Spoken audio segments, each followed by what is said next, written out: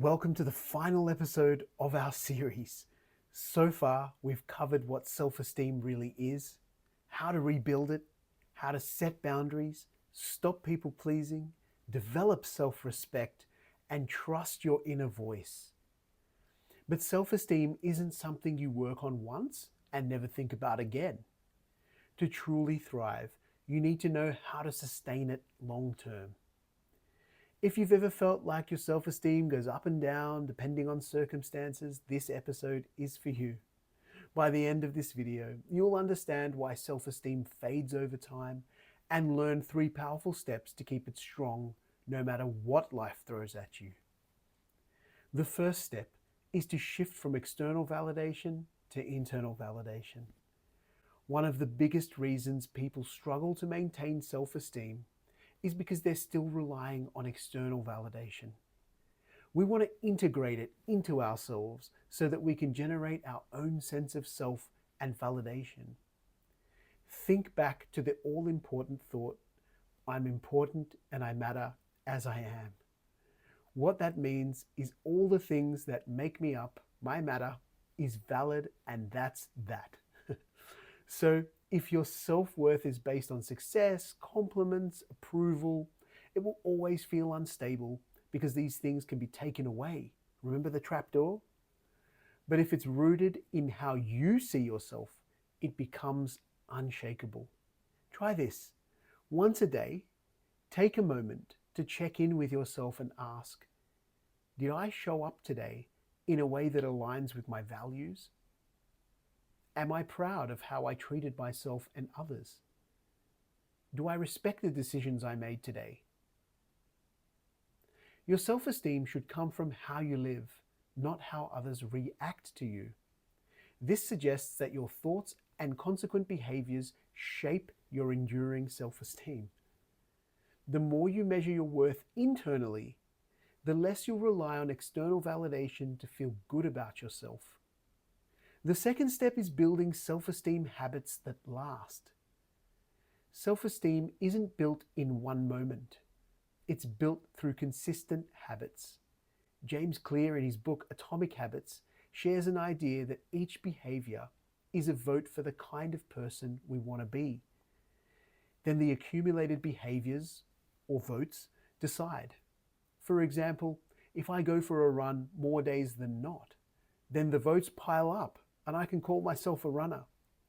That's the same for self-esteem building actions, like turning up for yourself. Do that enough times, and you may even call yourself dependable. If you treat yourself with respect daily, self-esteem stays strong. If you neglect yourself, it slowly fades. Write down 3 daily habits that reinforce your self-esteem. For example, speaking kindly to yourself instead of self-criticism, setting boundaries instead of overcommitting, making choices that align with your values. Then commit to practicing at least one of them every day, because self-esteem isn't something you have, it's something you practice, something you do. The third step is to accept that self-esteem fluctuates, and that's okay. Here's something most people don't tell you about self-esteem. It's normal to have days where you don't feel great about yourself. You don't need to be perfectly confident every day to have self-esteem. Self-esteem isn't about never feeling doubt or insecurity. It's about knowing how to handle these moments. The next time you have a bad self-esteem day, remind yourself, this is just a passing feeling, not a permanent truth. I can have a bad day and still be worthy. Self-esteem isn't about feeling perfect.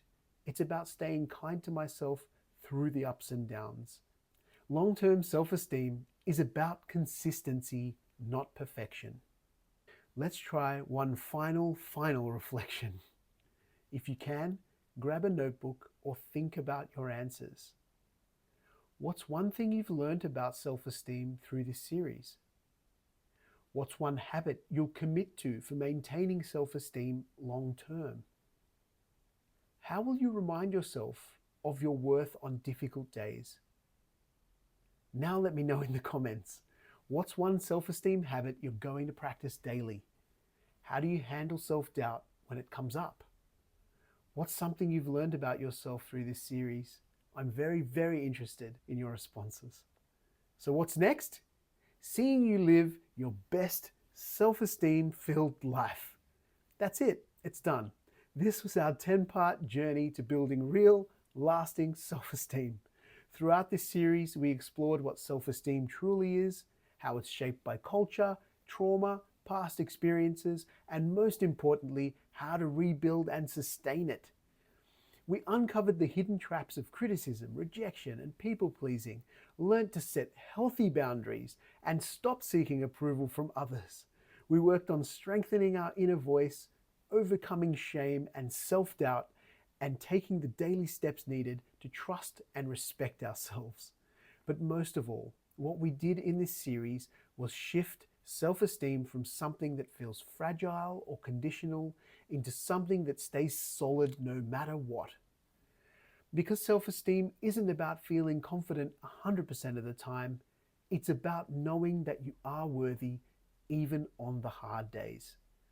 So if you ever doubt yourself, come back to these videos, revisit the exercises, and remind yourself your worth is not up for a debate. And if the series helped you, let me know in the comments what's the biggest lesson you're taking away. Again, I'd love to hear from you. And of course, if you haven't already hit that like button, for God's sake, please do it. Subscribe, turn the notification bell on. I'll see you in videos in the future. Thank you for being part of it. Goodbye. And of course, if you haven't already hit the like button, subscribe. I'm not sure what you're doing. And to really prove that your self-esteem's gone up, hit the like button. Show me the love. No. And if your self-esteem has really gone up, then help me with my self-esteem.